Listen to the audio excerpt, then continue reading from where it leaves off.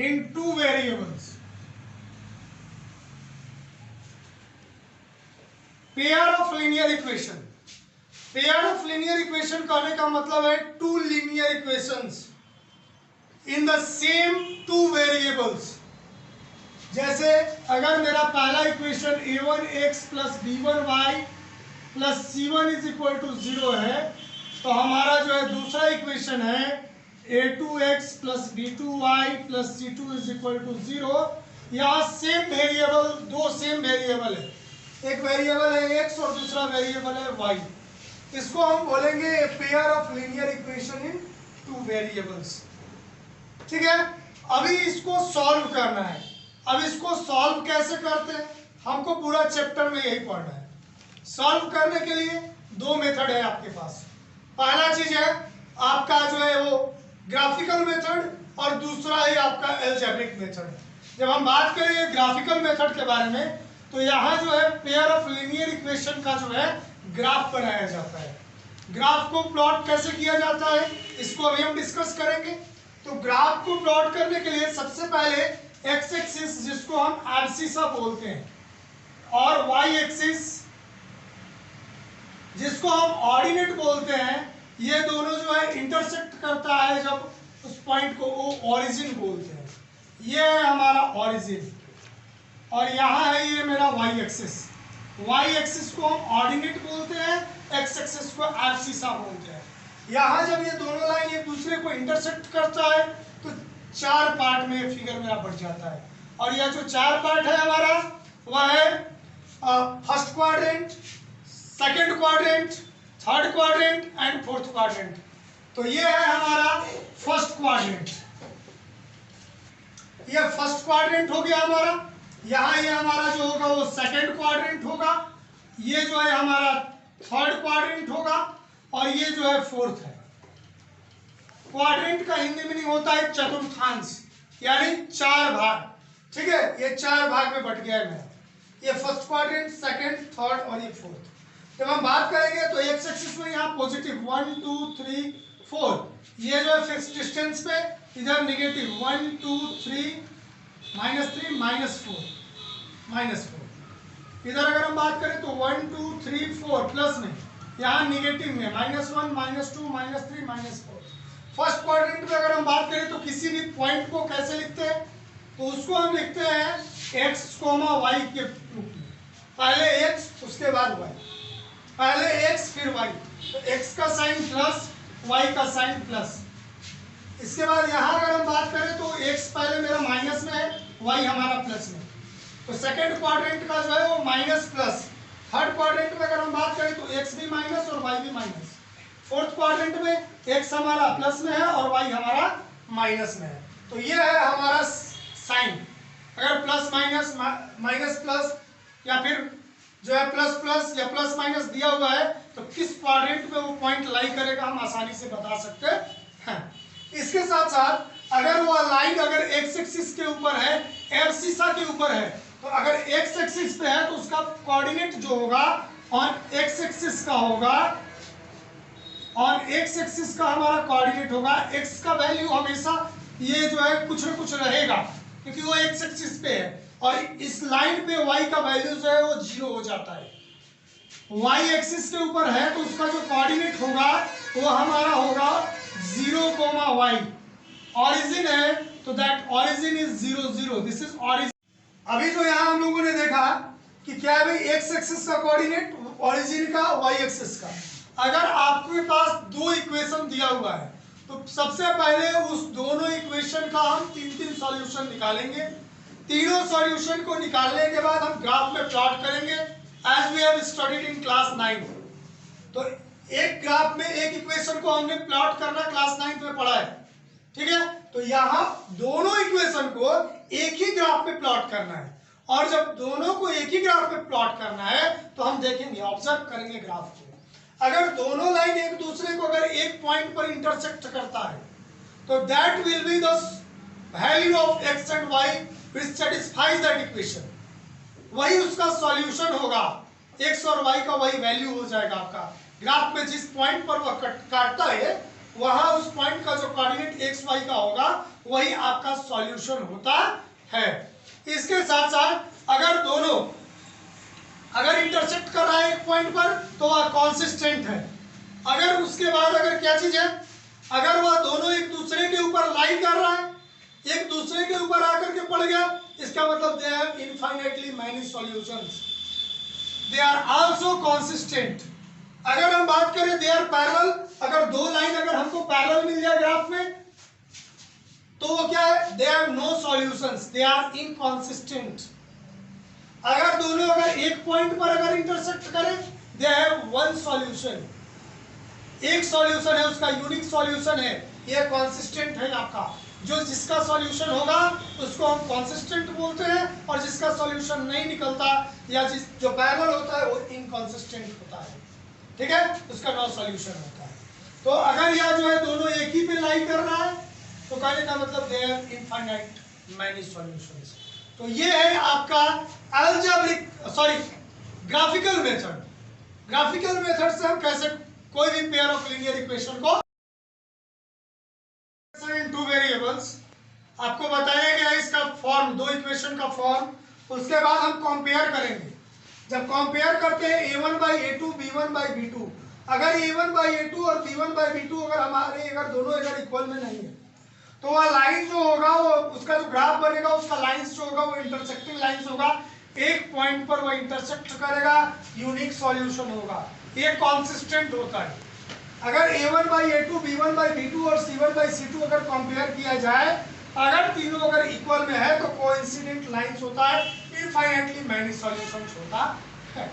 अगर a1/a2 b1/b2 के equal है, a1/a2 b1/b2 के अगर इक्वल है और c1/c2 अगर इक्वल नहीं है तो क्या होगा, पैरेलल लाइंस होगा, they have no solution, this is inconsistent.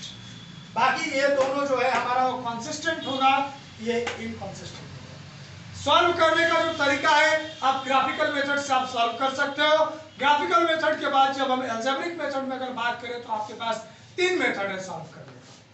तीन मेथड जो है सॉल्व करने का, उसमें सबसे पहला आपका मेथड है सब्स्टिट्यूशन मेथड, उसके बाद है आपका एलिमिनेशन मेथड, और थर्ड जो है आपका क्रॉस मल्टीप्लिकेशन मेथड। और क्रॉस मल्टीप्लिकेशन मेथड से ही डायरेक्ट एक फार्मूला आपके पास आ जाएगा एक्स और वाई निकालने का, आप उस फार्मूला पर भी रख करके आप डायरेक्ट एक्स और वाई का वैल्यू निकाल सकते हैं।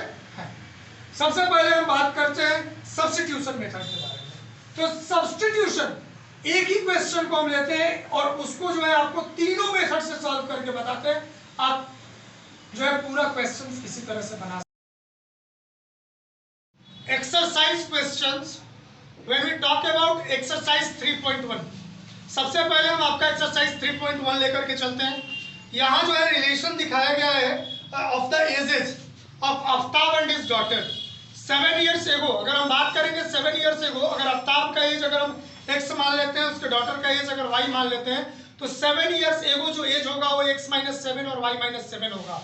जिस अकॉर्डिंग बोलेगा उस अकॉर्डिंग हम इक्वेशन बना लेंगे। 7 टाइम्स अगर बोल रहा है तो that means 7 into daughter age is equal to the father age, Aftab as.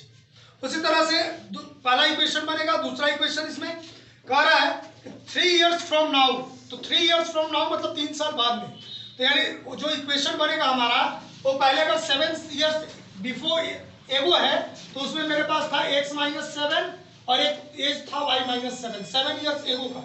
अगर 3 years फ्रॉम नाउ है तो x + 3 एंड y + 3, इस तरह से हम इसको करके और फिर क्या बोलेंगे, आफ्ताब का एज अगर ये है या फिर अगर ये है तो जो डॉटर का एज है उसमें हम 3 टाइम्स से मल्टीप्लाई कर देंगे, वो आफ्ताब का एज के इक्वल कर देंगे। दो इक्वेशन मेरे पास बन जाएगा, दोनों को ग्राफ में प्लॉट कर देंगे, ठीक है। तो इसी तरह से दूसरा क्वेश्चन है 3 बैट एंड 6 बॉल्स, तो बैट का x मान लेते हैं, बॉल का y मान लेते हैं। तो 3x + 6y = 3900। फिर उसके बाद 3 more balls and another bat, that means x + 3y = 1300।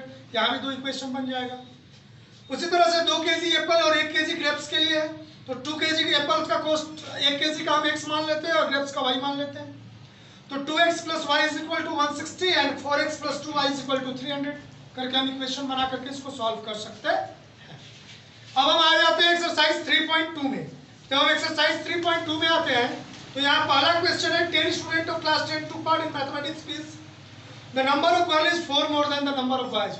वैसे भी गर्ल्स का पार्टिसिपेशन शायद इसमें ज्यादा होता है कोई भी कंपटीशन में, आप लोग पीछे मत रहिए। ठीक है, आइए देखते हैं। और तो 10 है, तो 10 स्टूडेंट्स टोटल है, तो गर्ल्स का अगर हम x माने और बॉयज का अगर y मानते हैं तो x plus y is equal to 10, हमारा पहला इक्वेशन बन जाएगा। दूसरा इक्वेशन जो है इसका, the number of girls is 4 more than the boys, तो गर्ल्स का अगर मेरे पास अगर y है that means y minus x is equal to 4। Okay, तो ये हमारा इक्वेशन बन जाएगा। दोनों इक्वेशन को हम सॉल्व कर लेंगे, ग्राफिकली सॉल्यूशन इसका निकाल लेंगे, दोनों का 3-3 सॉल्यूशन निकालेंगे, ग्राफ में प्लॉट कर देंगे। ठीक है, जो क्वेश्चन नंबर इसके बाद दूसरा है 5 पेंसिल एंड 7 पेन्स। पेंसिल का कीमत हम x रुपीज मान लेते हैं, let the cost of pencil is equal to x rupees and that of a pen is equal to y rupees. 5x plus 7y is equal to 50 हमारा first equation. दूसरा हो जाएगा हमारा 7x plus 5y is equal to 46, दूसरा equation हो जाएगा। दोनों equation को उसी तरह से फिर से हम ग्राफ में प्लॉट कर लेंगे। फिर कंपेयर करना है a1 by a2, b1 by b2, c1 by c2, तो आप कंपेयर कर सकते हैं। आपको पीछे मैंने बताया कंसिस्टेंट है कि इनकंसिस्टेंट आप आसानी से लिख सकते हो, पैरेलल है, यूनिक सॉल्यूशन है, क्या है। थर्ड क्वेश्चन भी है, आपको उसी तरह से बताना कंपेयर करके कंसिस्टेंट है इनकंसिस्टेंट है। इसके बाद फोर्थ क्वेश्चन जो है आपको देखना है कि ये जो है कंसिस्टेंट है कि इनकंसिस्टेंट है। अगर कंसिस्टेंट है तो आप इसका सॉल्यूशन निकालिए और इनकंसिस्टेंट है तो आप उसका सॉल्यूशन कहीं पे छोड़ दीजिए, नहीं निकालना है उसको। तो इसी तरह से आप इस एक्सरसाइज को कंप्लीट करिएगा। अभी हम आपको एक क्वेश्चन लेते हैं और आपको बताते हैं, अभी जो बताया था मैंने कि मैं एग्जांपल लेकर के तीनों मेथड से आपको बताऊंगा, सब्स्टिट्यूशन मेथड, एलिमिनेशन मेथड और क्रॉस मल्टीप्लिकेशन मेथड से। उसमें हमारा एग्जांपल है, पहला क्वेश्चन है हमारे पास x plus y is equal to 14 और x minus y is equal to 4। इसको हमको सॉल्व करना है बाय सब्स्टिट्यूशन मेथड।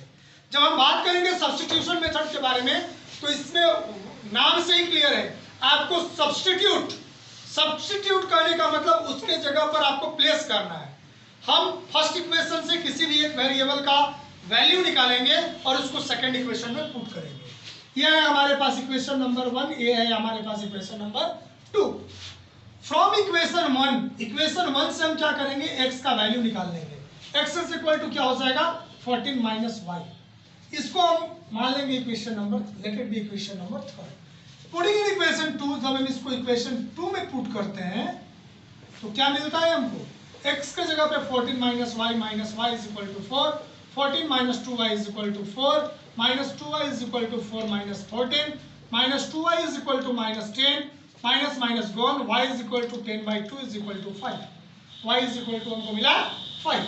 इसको हम पुट कर देंगे in equation 3, putting in equation 3। अगर हम इसको इक्वेशन 3 में अगर हम पुट करते हैं तो क्या मिलता है, x is equal to 14 minus Y, that means you get here x is equal to 14 minus Y का value 5, x is equal to 14 minus 5 is equal to, ये हमारे पास मिल गया। क्या मिला, x के जगह x का 9 और y का 5, ये मेरा आंसर हो गया। x is equal to 9 and y is equal to 5। आइए आपको कुछ क्वेश्चंस जो है इसमें बता देते हैं 3.3 में। जो पहला का जो क्वेश्चन है, सारा क्वेश्चन आप इसको सॉल्व कर लीजिएगा।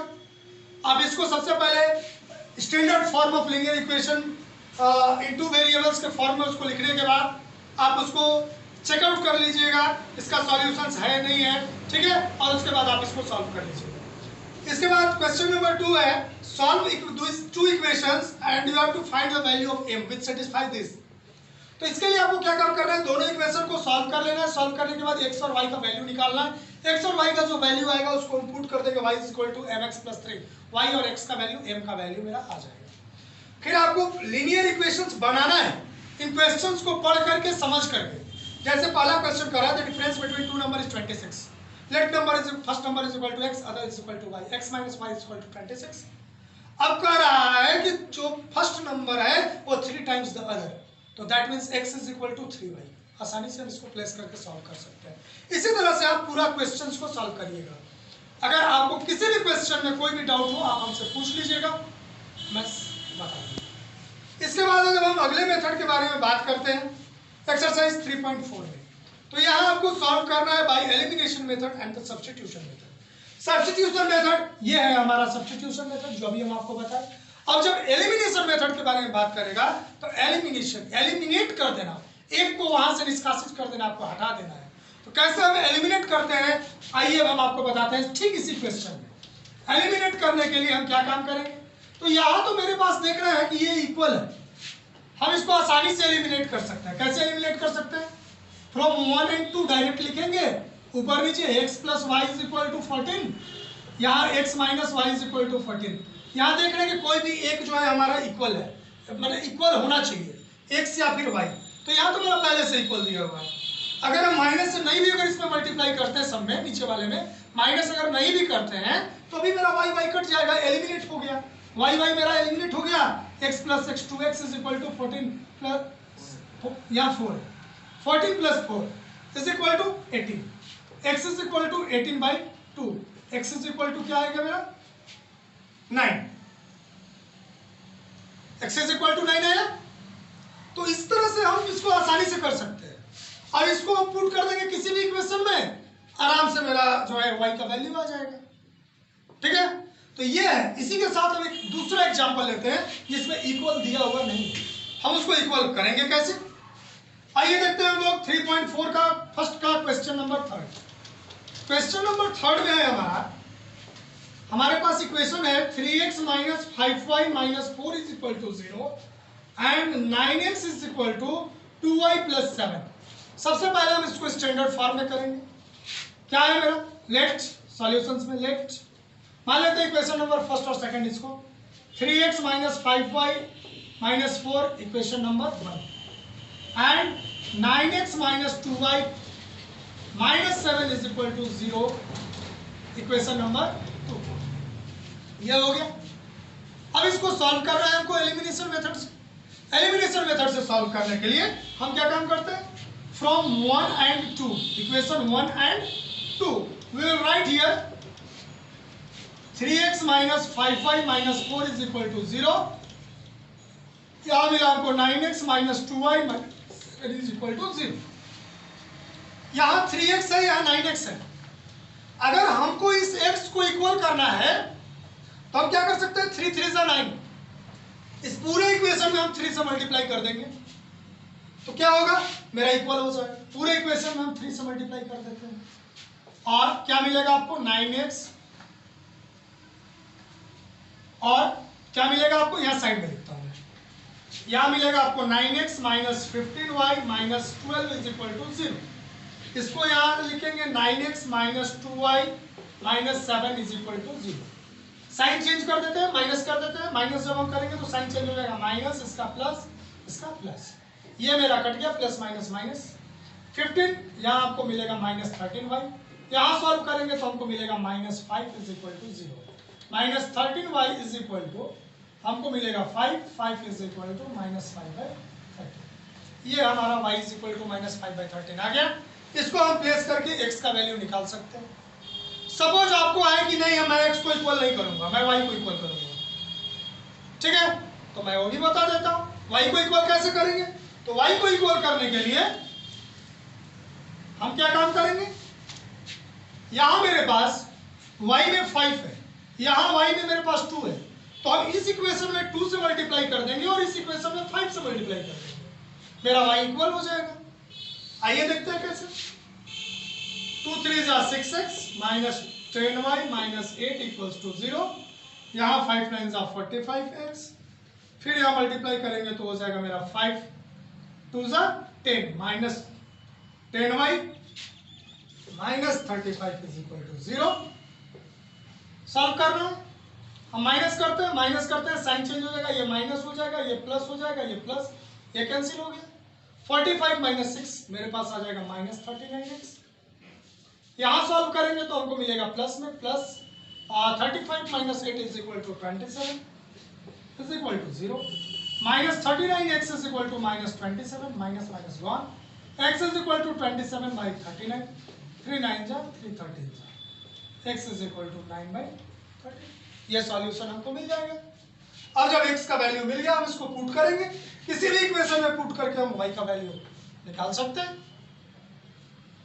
Cross multiplication method, cross multiplication method के बारे में हम बात करते हैं तो एक सिंपल सा भी हम आपको बता रहे हैं, एक चार्ट, एक डायग्राम, इस डायग्राम से जो है आप आसानी से निकाल सकते हैं।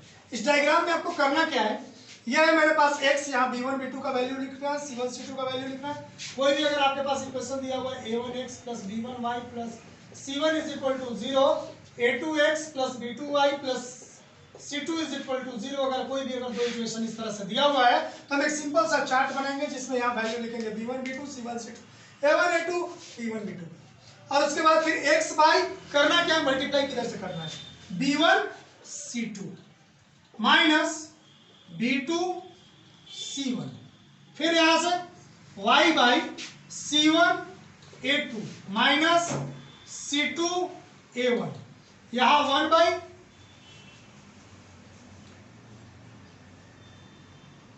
a1 b2 minus a2 b1।